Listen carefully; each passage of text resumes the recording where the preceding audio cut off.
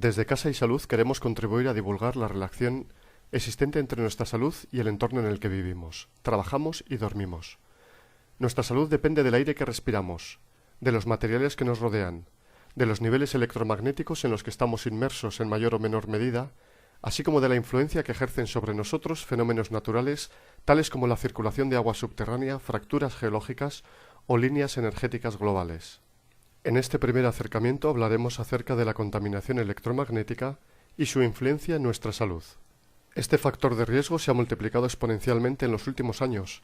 Ha entrado de forma progresiva en nuestro entorno y en nuestros hogares mediante la introducción de estaciones base de telefonía y sistemas de comunicación inalámbrica en diferentes formatos, tales como la telefonía móvil e inalámbrica, PDAs, Wi-Fi, WiMAX y otros que se han proliferado vertiginosamente en nuestras ciudades y hogares. Estos elementos, usados de forma inconsciente o abusiva, tienen un efecto acumulativo en nuestro organismo de tal forma que nuestra salud se va viendo paulatinamente mermada. Según las teorías científicas mayoritariamente aceptadas, en nuestro universo conocido todo es energía o todo es radiación, que se expresa o vibra en diferentes niveles de frecuencia, como la luz visible o los rayos X. Estos campos electromagnéticos se han elevado en los últimos tiempos sobre los valores de fondo del orden de hasta 1.000 millones de veces, en forma de radiaciones producidas por torres de alta tensión, transformadores, electrodomésticos, sistemas de telefonía, sistemas Wi-Fi, dando lugar a lo que se ha venido a llamar el electrosmog. En los campos electromagnéticos de alta frecuencia, los campos eléctricos y magnéticos unidos se propagan a la velocidad de la luz, como ondas en el agua. Se han realizado múltiples estudios e investigaciones que nos alertan del peligro para la salud que entraña la exposición prolongada a las radiaciones, tanto las de alta como las de baja frecuencia.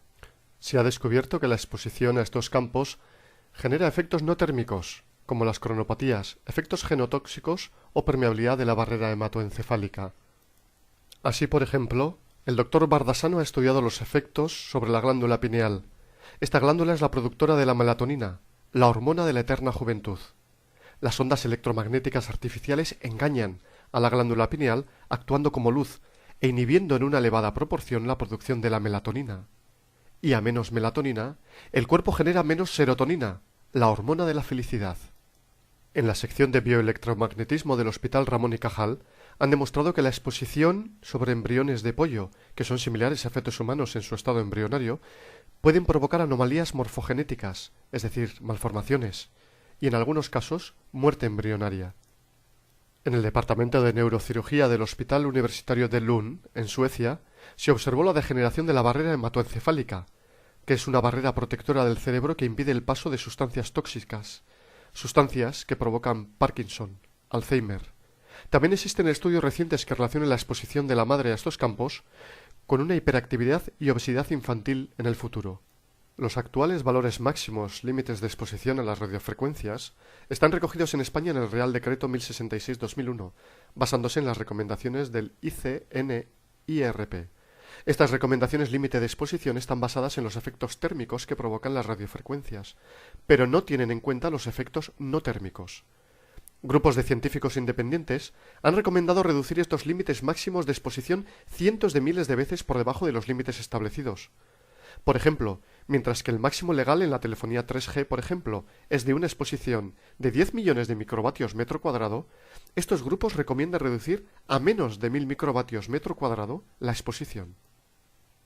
En mayo del 2011, la Asamblea Parlamentaria del Consejo de Europa aprobó la Resolución 1815, encaminada a adoptar medidas para reducir los efectos de estas ondas sobre la población, especialmente los niños, recomendando reducir los campos a niveles tan bajos como sea razonablemente posible, el principio Alara, recomendando crear zonas libres de ondas para personas electrosensibles, recomendando reducir los valores máximos de exposición, recomendando dirigir campañas a profesores, padres y niños para alertarlos del riesgo de los teléfonos móviles y para dar preferencia al uso de conexiones por cable y limitar estrictamente el uso de móviles para los niños en general y especialmente en las clases.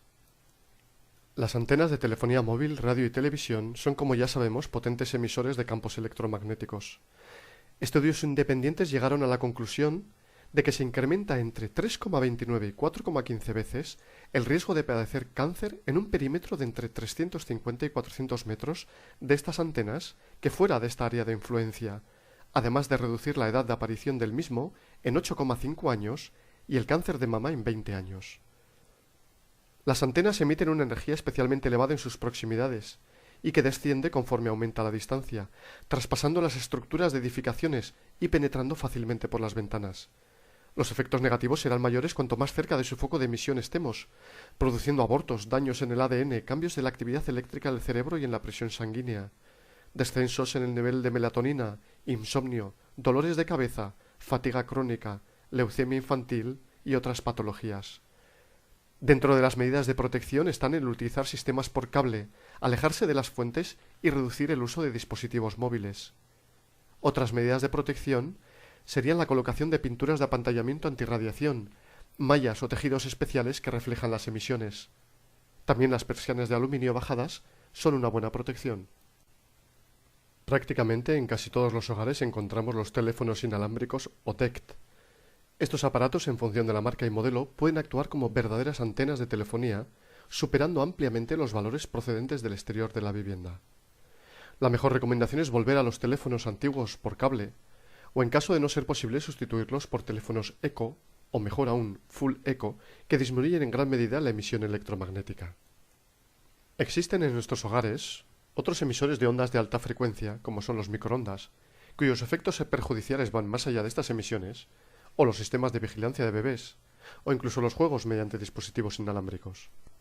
Los teléfonos móviles son un foco emisor de ondas sobre el que hay que tener cada vez mayor cuidado, especialmente por la extrema difusión de estos sistemas y porque muchas personas tienen conectadas de forma continua su conexión a Internet e incluso su conexión Wi-Fi. Los niños son las víctimas futuras ya que su sistema cerebral está en desarrollo y les regalamos estos dispositivos como si fueran juguetes. Si observan el gráfico adjunto, verán cómo la absorción de estas ondas se duplica en las cabezas de nuestros niños. Se han propuesto múltiples medidas para reducir los niveles de exposición a las radiaciones del móvil. Restringir las llamadas del móvil a lo estrictamente necesario. Restringir el teléfono móvil a los niños menores de 16 años. Alejar el terminal lo más posible de nuestro cuerpo. No llamar desde el interior de coches, autobuses o trenes. No realizar llamadas cuando exista mala cobertura. Los sistemas de protección, más allá de limitar su uso, consisten básicamente en alejar el terminal de nuestra cabeza mediante auriculares o mediante la utilización de fundas protectoras de radiación realizadas con tejidos especiales. La tecnología Wi-Fi permite la conexión inalámbrica sin cables entre ordenadores y diferentes aparatos electrónicos. Tecnologías similares son la WiMAX, el Bluetooth, las PDA sin cable, que emiten campos electromagnéticos de microondas semejantes a los de la telefonía móvil. Ya desde el 2006, en la resolución de Benavente, la Comisión Internacional para la Seguridad Electromagnética propone promover las alternativas a los sistemas de comunicación sin hilos, como el uso de la fibra óptica y los cables coaxiales. También ya desde el 2005, en Austria, el gobierno ha prohibido a las escuelas y a las guarderías la instalación de redes Wi-Fi en estos centros. Podemos sustituir estos sistemas por el cable, apagar el aparato cuando su uso no sea necesario, o incluso sistemas de apantallamiento caseros. Por último, comentaros que no es nuestra intención el alarmaros, sino el hecho de que la gente tome conciencia de lo que el riesgo abusivo de estos aparatos y estos sistemas pueden acarrear para su propia salud, sus familias y sus hijos.